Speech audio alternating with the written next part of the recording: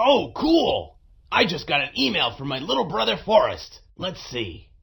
Dear Brock, we all miss you around here. Ah, I miss you too, little buddy. In honor of our awesome big brother, I've been working really hard on starting an Onix fan club since you've been gone.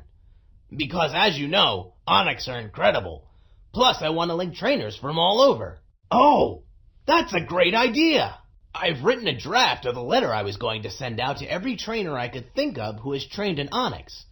From you to my friends to Bruno of the Elite 4. Would you look it over for me and make sure it sounds cool? I want everyone to want to join. Actually, I put you down as our first member. Hope to see you soon. Your brother, Forrest. All right, Forrest, I'm in. I can't believe he's going to invite Bruno, too. That's really impressive. I'm so proud of my little bro. Let's check out his letter. Okay, it says, "Hey, all you Onix fans. Want to join a cool new club and meet fellow trainers and admirers of Onix? Me too. I'm Forrest, and I'm not just the president, I'm also an Onix-loving member." Well, I like his enthusiasm so far. It sounds great for his friends. But I'm not sure. It sounds a little casual if he's sending it to someone as important as Bruno.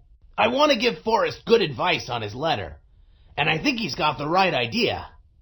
Maybe I need to call in an expert. I'll call Lex. He certainly knows his way around letters. Hiya, Brock. What's happening? I just found out my little brother is starting an Onix fan club. Onix was one of my first Pokémon. Forrest took care of it while I was away, and did such a great job that it evolved into Steelix. Oh, cool. Yeah. The letter he wants to send to potential members is good, but he's sending it out to a lot of different people. His friends, other trainers, and Bruno of the Elite 4, which is serious business. I just want to help him get all those members. Well, that makes sense. It's important that you consider your audience when you write. I thought so. I can help you figure out what's appropriate for each type of audience. Great! The best advice I can give is that it's not so much what you say, but how you say it. I hear ya. And I hear what you are saying. What was that, Lex? Well, I was making my speech as proper as a professor. I'm talking very formally and clearly to demonstrate that different relationships between people require different ways of speaking and writing. Oh, so in other words, it's probably best not to use slang?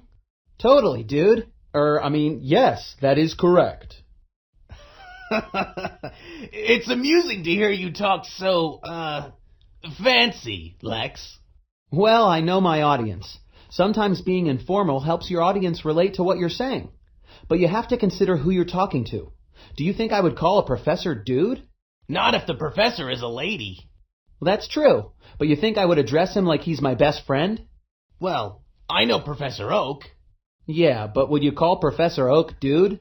Are you kidding? No way! Professor Oak is Professor Oak. No one even calls him Professor O or Oakland or even P-Oakey. Because you have to think about who you're talking to when you're doing the talking. Even when you write, your word choice should match your audience. I believe it's called respect.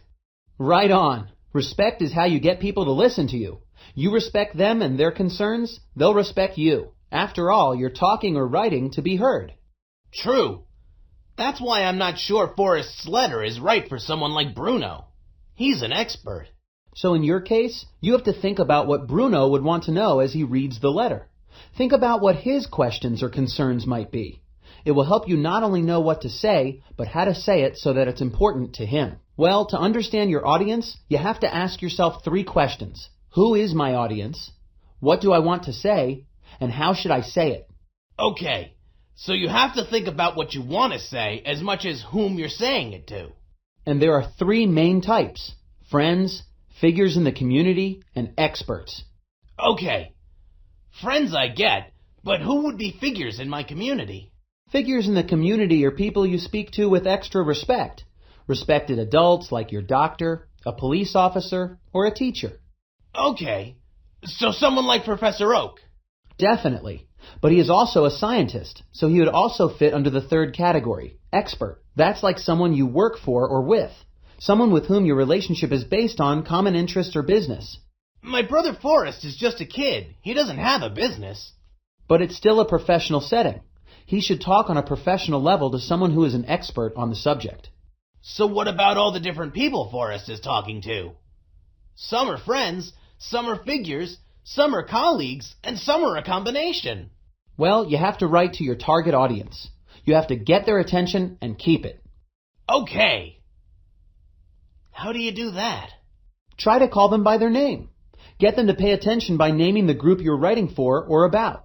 Depending on what you're writing about, you can start your piece with something like many teenagers, or most music fans, or the best teams. You get what I'm saying? Yeah, I think I do. You have to put yourself in your audience's place to think about what they want to hear and how they want to hear it. Right on. Want to practice writing for your audience? Okay, I'll throw a possible line out, and then I need you to tell me if it's appropriate for friends, figures in the community, or experts. Okay, if the letter said, "Hey guys, I'd like to tell you about a cool new club." Who's my audience? Friends, figures in the community, or experts? Right on. Guys makes it pretty informal. What if the letter said, "Today I would like to talk to you about joining a new Onix fan club and its benefits"? Who is my audience? Way to go. It sounds proper, but not specifically professional. What if the letter said, "As trainers and future trainers, it is our duty to create a network to share information and research on our beloved Pokemon Onix"? Who is my audience? Awesome. Brock refers to professional groups here and sounds pretty formal. How about if the letter said, "It's so cool to hang out with other people who love Onix"? Sweet. Brock is casual in expressing his excitement. What about if the letter says, "As friends of the Onix, I'm sure we each have valuable information and stories to share"? You got it. He's speaking formally, but not professionally. What if I said, "Joining a network of fellow Onix trainers could also influence other areas of your Pokemon training"? Excellent. Here, Brock is speaking about improving someone's professional work. I think I've got it. You've got to make sure what you write speaks to your specific audience. And you are definitely ready to rewrite your brother's letter.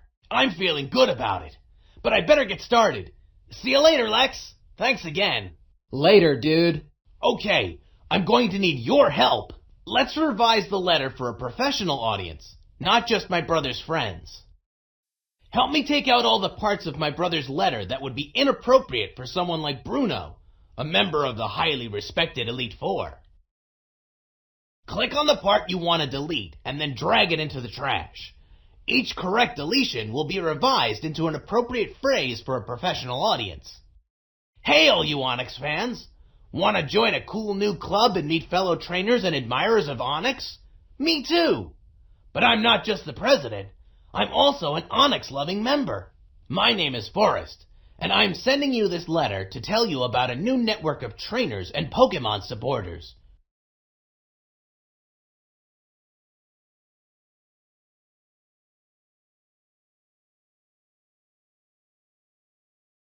All right!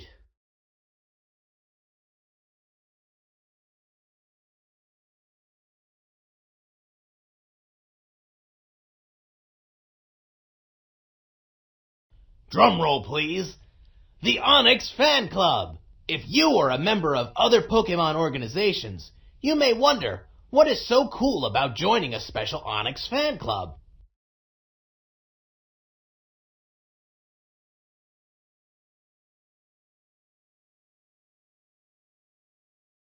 All right!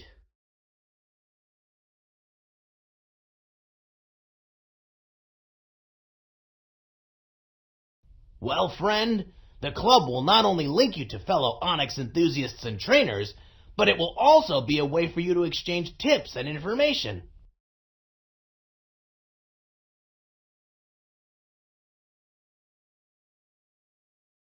All right!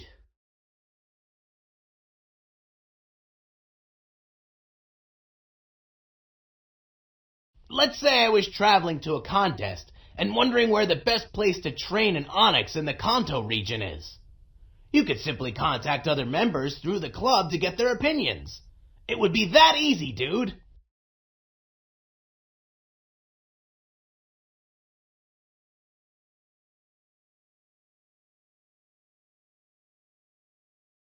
All right!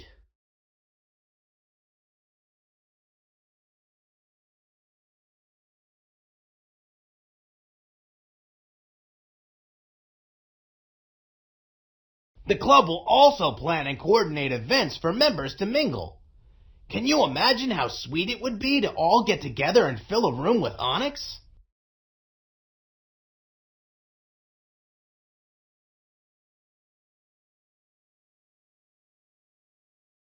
All right!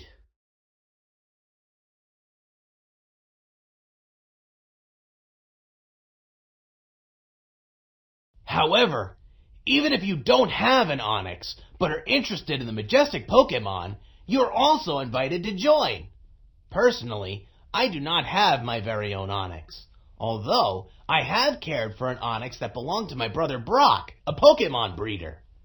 He is a member of the Onix fan club, and it would be super awesome if you would join too.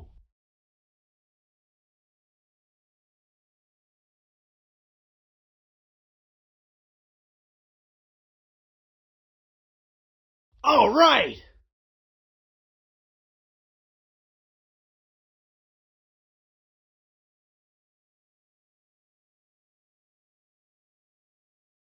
Please also feel free to encourage your friends, family, and fellow trainers to become members. Even kind of old people are welcome. Remember, together we can build a community around Onix.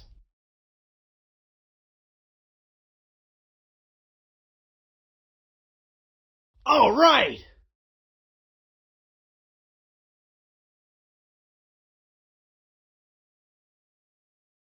Hey, thanks for all your help. We did it! And it sounds really good. Definitely appropriate for an expert like Bruno. I just have to send the letter back to my brother with our revisions. And then I bet the Onix fan club membership will skyrocket. See ya!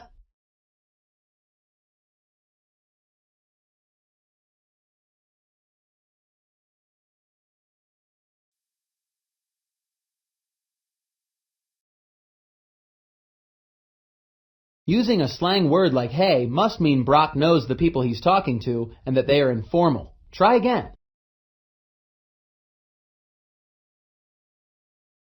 This sentence sounds personal, but still formal. It's proper, however it is not specifically professional. Try again.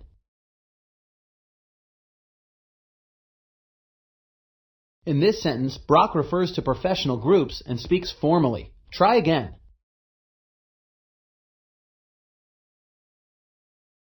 In this sentence, Brock is using casual language to express excitement.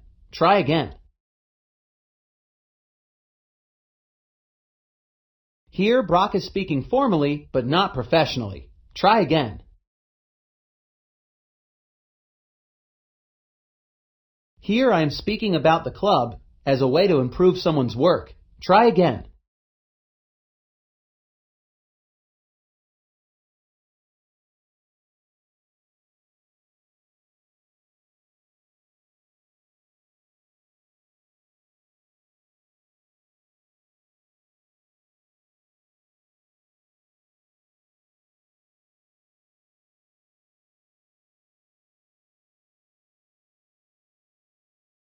Try again.